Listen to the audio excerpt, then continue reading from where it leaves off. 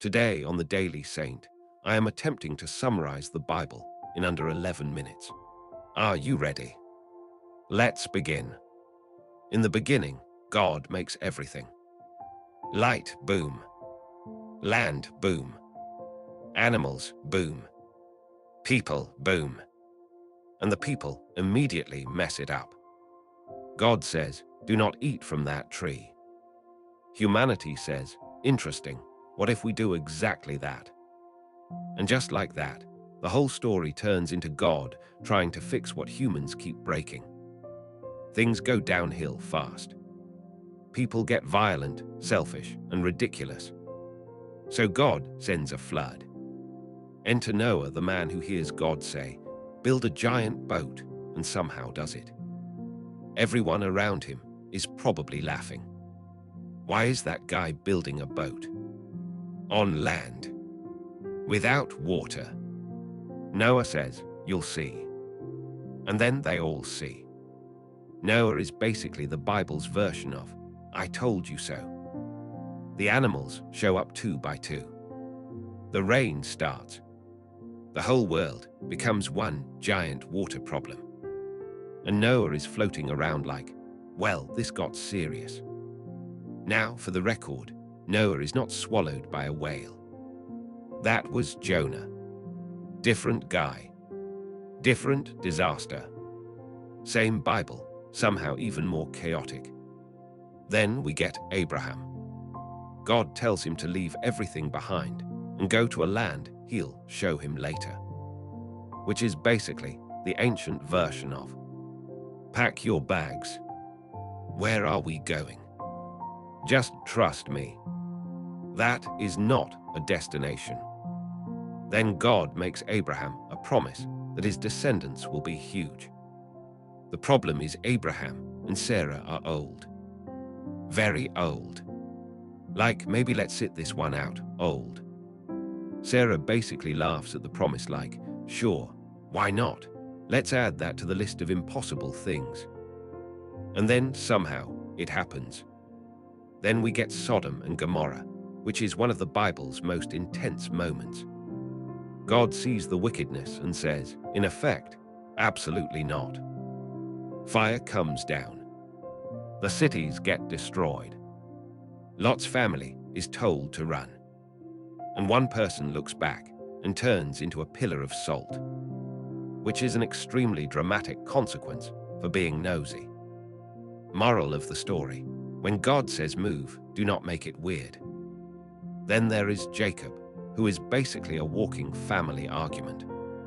He wrestles with God. He tricked people. He got tricked. His whole life is one long episode of wait, who did what now? If you ever feel like your family is complicated, Jacob is your spiritual support group. Then we get Joseph, who is one of the wildest stories in the entire Bible. He has dreams. His brothers hate it. They throw him in a pit. Then they sell him. Then he gets sent to Egypt. Then he gets falsely accused. Then he lands in prison. Then he interprets dreams. Then he becomes second in command of Egypt. Joseph's life has more plot twists than a streaming thriller. At one point he basically says, you meant this for evil, but God meant it for good. That is the whole Joseph story in one sentence. Then Moses shows up. And Moses is not having a normal life. He starts as a baby in a basket. He gets adopted by royalty. He grows up. He flees. He sees a bush on fire that is not burning. And then God says, I need you to go back to Egypt. Moses says, absolutely not. God says, yes, absolutely. Moses says, I am not good at speaking. God says, you will be fine. Moses says, could you maybe choose literally anyone else? God says, no. So Moses goes to Pharaoh. He says, let my people go. Pharaoh says, no. And then the plagues begin. Water turns to blood. frogs everywhere, gnats, flies, livestock dying, boils, hail, locusts, darkness. It is like creation itself is angry and has a list. Pharaoh keeps saying no, which is not a great long-term strategy. Then comes the big moment. The Israelites are trapped. The sea is in front of them. Pharaoh's army is behind them. The people panic. They basically say, "Moses, why did you bring us out here to die in the water?" Moses says, "Do not be afraid." Then God splits the sea. The people walk through on dry ground. That is already insane. Then the sea closes over Pharaoh's army. So yes, the Bible includes a sea being split in half like a divine curtain. Peak storytelling. You would think the people would be grateful. They are not. They complain about food. They complain about water. They complain about Moses. They complain about being free. Apparently, freedom comes with a side of whining. God gives them manna from heaven. They still complain. God gives water from a rock. They still complain. At this point, the wilderness is basically a 40-year group project with no one carrying their weight. Then Joshua takes over, and the first major city is Jericho. God tells the people to march around the city. Once, twice, again, again, again. The whole thing sounds like a bizarre religious workout video. Then they shout, and the walls fall down. If you were in Jericho, that had to be the most confusing day of your life. Why are they marching? Why are they silent? Why did the walls just collapse? Then Israel wants a king. God warns them that this could go badly. They insist anyway. So they get Saul first. And then Saul becomes a cautionary tale. Then David shows up. David is the shepherd kid who kills Goliath with a sling and a stone. Goliath is like, "Am I being insulted by a child?"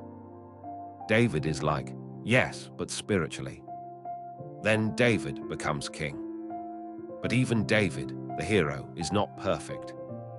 The Bible does not do fake perfection. It gives you glory and mess in the same person. Then the prophets arrive. These are the people who show up to tell everyone, "You are doing it wrong." Not a fun job. Elijah calls down fire. Elisha does miracles. Isaiah talks about hope. Jeremiah sounds like he has not slept in weeks. Ezekiel has visions so strange, they feel like he wrote them during an electrical storm. The prophets are like divine alarm clocks. Nobody likes them. Everyone needs them. And then there is Jonah. Jonah tries to run from God. Bad idea.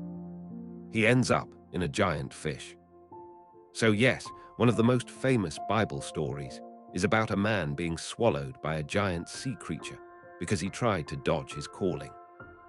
That is not subtle storytelling. Jonah eventually gets spit out and goes where God wanted him to go in the first place, which is a very expensive commute. Then things get really dark. The people keep disobeying. Cities get burned. Jerusalem falls. The temple is destroyed. The people are exiled. This is the Bible. We really messed this up phase. It is sad, painful, and a major turning point. But even here, the story does not end in failure. Then Jesus shows up. And now the whole Bible starts making sense. He teaches. He heals. He feeds crowds. He calms storms. He confronts hypocrisy. He tells stories that sound simple until you realize they are about your entire life. He says, love your enemies. That alone is enough to make people sit up straight. He says, the first will be last. He says, blessed are the meek. He says, the kingdom of God is here. And people are like, wait, what do you mean here? Then Jesus goes to the cross. And it looks like the biggest loss in history. But the Bible loves reversals. What looks like defeat becomes victory. What looks like the end becomes the beginning. What looks like death becomes life. The cross is the moment where everything flips. Then Jesus rises from the dead. And that changes everything. The story is no longer just about rescue. It is about new life. The Bible goes from how do we fix this mess to God already has. That is the turning point of the whole story. And the Bible ends with hope. Renewal. A new creation. A world made right. So the Bible is really the story of God dealing with chaos, rescuing broken people, and refusing to give up on them. Which is good news, because if he gave up on humans the first few chapters, the story would have ended very early. So if you thought the Bible was boring, it is actually one of the wildest stories ever told. It has floods, fire, sea splitting, talking prophets, giant fish, city destruction, kings, miracles, betrayals, and Jesus changing the whole game. And somehow, the most amazing part is that this story is still going. If you enjoyed, please like the video, subscribe, and share the video with someone you think needs to hear the story of the Bible. Comment below what your favorite Bible story is, and I'll see you in the next video.